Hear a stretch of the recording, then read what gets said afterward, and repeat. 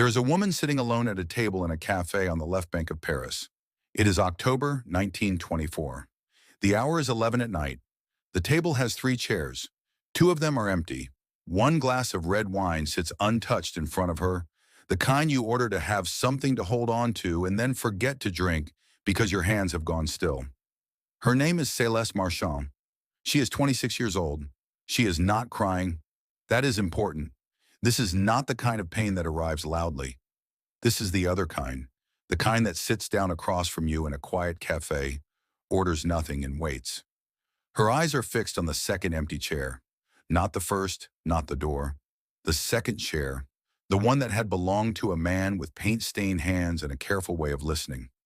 The one that had been empty for exactly 11 days before tonight confirmed what she had refused to name. She is looking at that chair the way people look at things they have only just understood they needed, when it is already too late to say so. There is a specific kind of reckoning that has nothing to do with drama. It does not announce itself. It arrives like this, in amber light, with an untouched glass of wine and 2 empty chairs, and the full, terrible clarity of a woman who has finally stopped lying to herself. She has been lying to herself for 3 years. This is the story of those 3 years, and of the 2 men at the center of them. One who looked like the answer, and one who was. Paris in 1921 smelled of roasted coffee and wet stone, and the particular ambition of people who had survived something they were not yet ready to discuss. The Great War had ended 3 years before. A generation that went in as one thing came out as something it didn't have a word for yet. And so they came to Paris, the Americans, the British, the displaced, and they called it art and freedom. And it was both of those things and also, underneath, a very elegant refusal to look at what the decade before had cost. Céleste Marchand arrived from Lyon with a single leather suitcase, a letter of introduction to a literary journal called L'Encre Vivante, the living ink, and a certainty so fierce it had not yet been tested by anything real. She was going to write something that mattered. She was right about this. She was wrong about almost everything else. The literary circles of Paris in the 20s were not rooms so much as performances. Everyone was playing a version of themselves composed in advance. The tortured expatriate, the revolutionary wit, the beautiful exile. The cafes were stages. The cigarettes were props. Céleste cared too much about the actual ideas to perform indifference to them. This made people notice her. It made one person notice her in a way she would spend 3 years misreading. His name was Lucien Pascal, 32 years old, Parisian by birth and sensibility, with the quality of a man who occupies a room, not loudly, but centrally, the way certain objects become the point around which a space organizes itself without anyone deciding this should be so. He was a poet, genuinely. He had the real gift, the ability to find the precise nerve of a thing and press it with exactly the right word.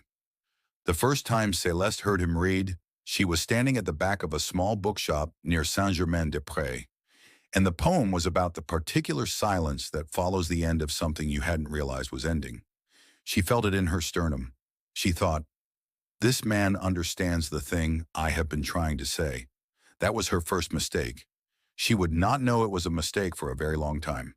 He found her afterward, navigating toward her with the unhurried precision of a man who has never had to try too hard. And he said, "The notebook you are holding, you press the cover close when you are thinking, as if you are sealing something in." She thought, "This man sees me." What he had done was notice her. There is a difference between being noticed and being seen. Céleste would spend 3 years inside that difference, certain she was in the second place when she was in the first. Now, here is where the story turns on something small, something you could miss if you were looking at Lucien, which everyone in that room was. Near the door, apart from the crowd moving toward Lucien, stood a man who had not moved toward anything. He was looking at the bookshelf, 29 years old, half French, half German. A painter, though no one in that room knew it, because he had not told anyone and did not appear to be the kind of man who needed you to know things about him. A face that became more interesting the longer you spent time with it, angular, quiet, dark eyes that moved over a room with the systematic attention of someone trained to find the light source before anything else. His name was Edouard Voss. He had arrived in Paris after the war with paint-stained hands and a slight limp he never explained, painting in a studio near Montparnasse ever since, producing work of extraordinary precision that almost no one had seen. He noticed Celeste the moment she said something to the woman beside her, one precise sentence about the poem that was more insightful than anything in the formal discussion afterward. He looked at her for 3 seconds, then went back to the bookshelf. She did not notice him at all. She was already moving toward Lucien. She would think about the man near the bookshelf vaguely 3 months later and not remember why. By the spring of 1922, Celeste had become a fixture in Lucien's circle. She argued, she published. L'Encre Vivante ran 2 of her pieces that winter, and both moved through the literary world the way good writing does, quietly under the surface, changing the temperature of rooms where it was discussed. She told Lucien about the second publication before she told anyone else. His response was warm, generous. He raised his glass and said she was becoming what Paris needed. She walked home feeling seen. She was not seen. She was appreciated, which is not the same country, though the border between them is easy to miss. Edouard was at the table that night. He said nothing during the toast. Afterward, when the conversation had moved on, he said 4 words to the middle distance, quietly enough that she almost missed them. She found the real thing. She looked at him. He was looking at his wine glass. She said, "What do you mean?" He said, "In your second piece, there is a moment in the 4th paragraph where the writing stops trying and simply tells the truth. Most writers never find that. You found it in your second publication." No one had said anything like that to her. Not because they hadn't read it, they had. But what Edouard said required a quality of attention most people apply to other things. She said thank you, then changed the subject back to Lucien's upcoming reading. She filed this away. The folder was getting heavy. 3 weeks later, he asked if he could paint her. Not as a declaration, he framed it as a technical problem, a question of light and structure. She said yes, amused. She sat for him over 4 afternoons in his studio near Montparnasse. Northern light through tall windows, the kind that doesn't flatter but tells the truth. Canvases stacked against every wall, turned so their faces were not visible. The smell of linseed oil and something older underneath. The particular smell of a room where serious work had been done alone for a long time. He painted mostly in silence, but occasionally he asked her questions. Not about her ambitions or Lucien or the literary world. Different questions. What did you want to be when you were 7? What is the last thing that genuinely surprised you? She found herself saying things she had not said out loud before. She did not examine why. She was very good at not examining things she could not afford to look at directly. On the 3rd afternoon, she asked to see the painting. He turned the canvas. She was silent for a long time. He had painted her as she actually was. Not flatteringly, not reduced, true. In the painting, she was a person with full interior weather, the intelligence, the restlessness, the capacity for more than the room could currently hold. The slight tension around her eyes she had always thought she concealed. All of it, as if he had been watching not the surface of her, but the structure beneath it. She said, "Is that how you see me?" He said, "That is how you are." The room held this. Outside, the city went on indifferently. Inside, something shifted, not dramatically, not with declaration, more like a change in pressure. The feeling of a room adjusting to what has just been said. And then her hand moved to her coat pocket, because there was a letter in it she had been carrying since morning, a letter from Lucien. Finally, after 2 weeks of silence, and the excitement of it surfaced, and she mentioned it. Casually, a pivot. Edouard picked up his brush, said nothing. She left that afternoon thinking about the painting, the way it had made her feel not beautiful exactly, but accurate, like being given a mirror that showed the real thing. She did not examine what that meant. She went to meet Lucien. Have you ever been near a person in whose presence you did not have to manage yourself down to a size the room could tolerate, and in that same moment looked away? Not from fear, from habit, from the long practice of wanting something you had already decided was elsewhere. Celeste was not stupid. She was simply already looking in a direction she had committed to, And that kind of commitment creates its own gravity. It bends everything toward the thing you have decided to want, even when something true is standing directly in front of you with paint on its hands. By 1923, Lucian had become involved with an American woman named Eleanor, confident, unhurried, the kind of person who has never been told that what they want is unavailable. Celeste watched this with a face that gave nothing away, which required more effort than anyone could have known. She went to find Edouard, not because she was using him, she would never have seen it that way. She went because he was the person she actually wanted to talk to. She had not yet registered this as significant. They met at La Coupole on a gray Wednesday in November. Rain on the windows. The particular intimacy of a cafe in bad weather when the city outside becomes irrelevant and what is inside the room is the whole world. She told him about Lucian and Eleanor without preamble. He listened. He did not offer sympathy in the performing sense. He offered attention, which is rarer and worth more. When she finished, she said, "Do you think it is possible to love someone who cannot love you back? Not because they are cruel, simply because what you need is not something they have to give." Edouard was very still. He said, "Yes.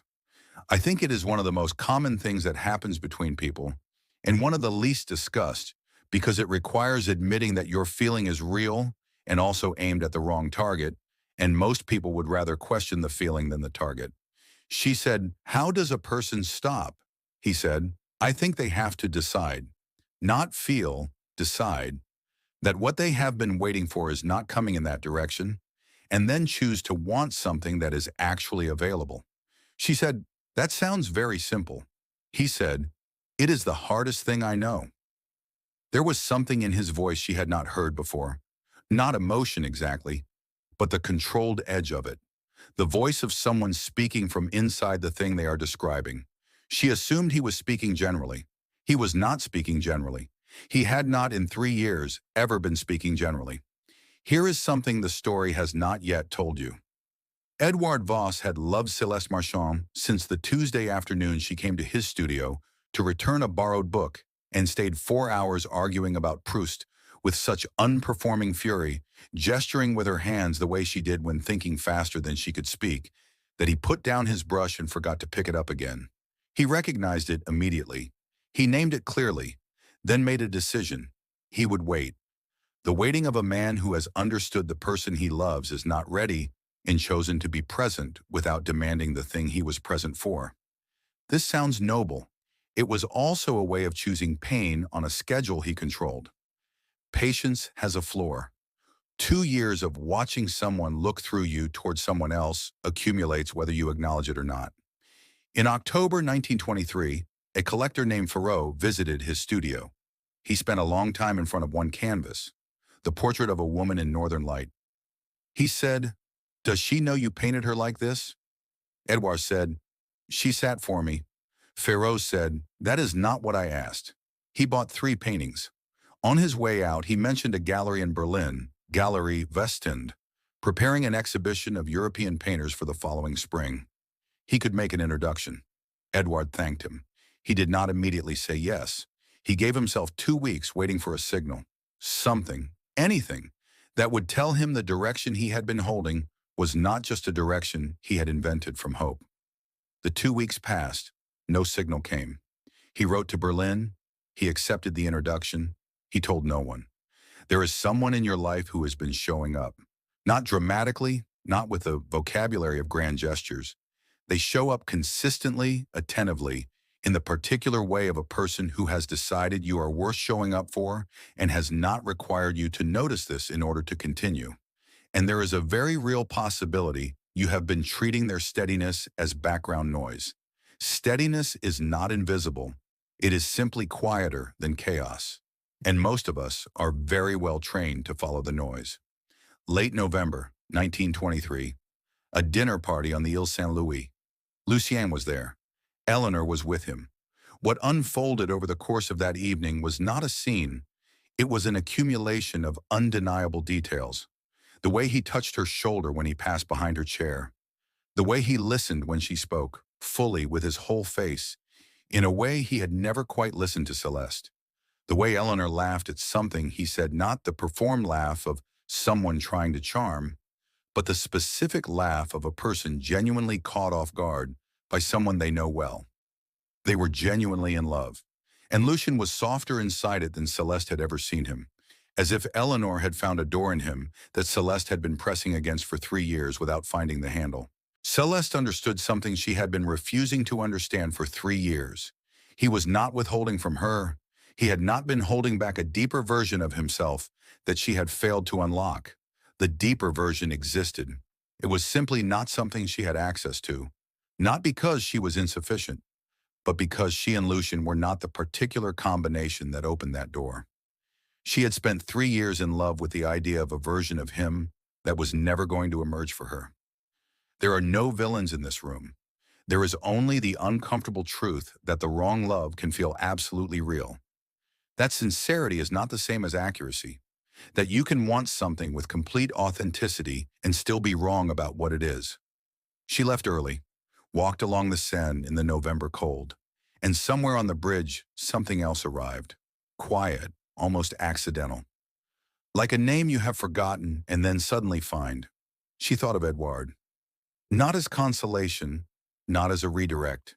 She thought of him the way you think of someone when what you need, underneath all the noise of what you thought you needed, is the specific person who knows how to be in a room with you. The person you want to tell things to. She realized on the bridge, in the cold, that he had been that person for a very long time. She had simply been telling herself the story was about Lucian. She went to his studio the next morning. He opened the door, took one look at her face, the particular look of a woman who has put something down that was very heavy, and stepped back and let her in. She told him everything. The dinner, the bridge, all of it. In the flat, precise voice she used when she was not managing how she sounded. When she finished, she looked at him, the way she had looked at the portrait 2 years ago, and then immediately looked away from. She said, "Edouard, you have been here the entire time." He said carefully, "Yes." She said, "I have been very stupid." He said, "You have been very human." There is a difference, though it often doesn't feel like one. She reached across and put her hand beside his on the work table, not taking it, beside it. He looked at their hands. He did not pull away, but he did not close his fingers around hers. She felt this. She said, "What is it?" He said, "I accepted the Berlin opportunity. I leave in 2 weeks." The room held this. She said, "How long have you known?" He said, 3 months. 3 months. The number landed like a stone. 3 months in which she had sat at his table, talked about Lucian, borrowed his attention, filled the space he had kept open for her with everything that was not the truth, and he had known, and said nothing, because there was nothing to say that she was ready to hear. She said, "Why didn't you?" He said, "Because I had been waiting for 3 years and I had to stop. I had to choose something available. I told you that in the cafe. I was also telling myself." She heard the cafe, the gray Wednesday, the rain, the wine. She heard it now the way she hadn't heard it then. She said, "I am available." He said quietly, "I know.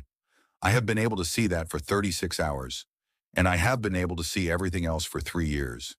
He was not punishing her. He was not cold.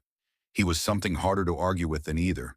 He was exhausted, and honest enough not to pretend otherwise. He said, "If I stay for the possibility of what this might be. I have been choosing possibilities for 3 years. I need to choose something real. Berlin is real. The work is real. And staying here now, with everything between us so newly and so conditionally named, that is not real yet." She said, "I am real." He said, "You are.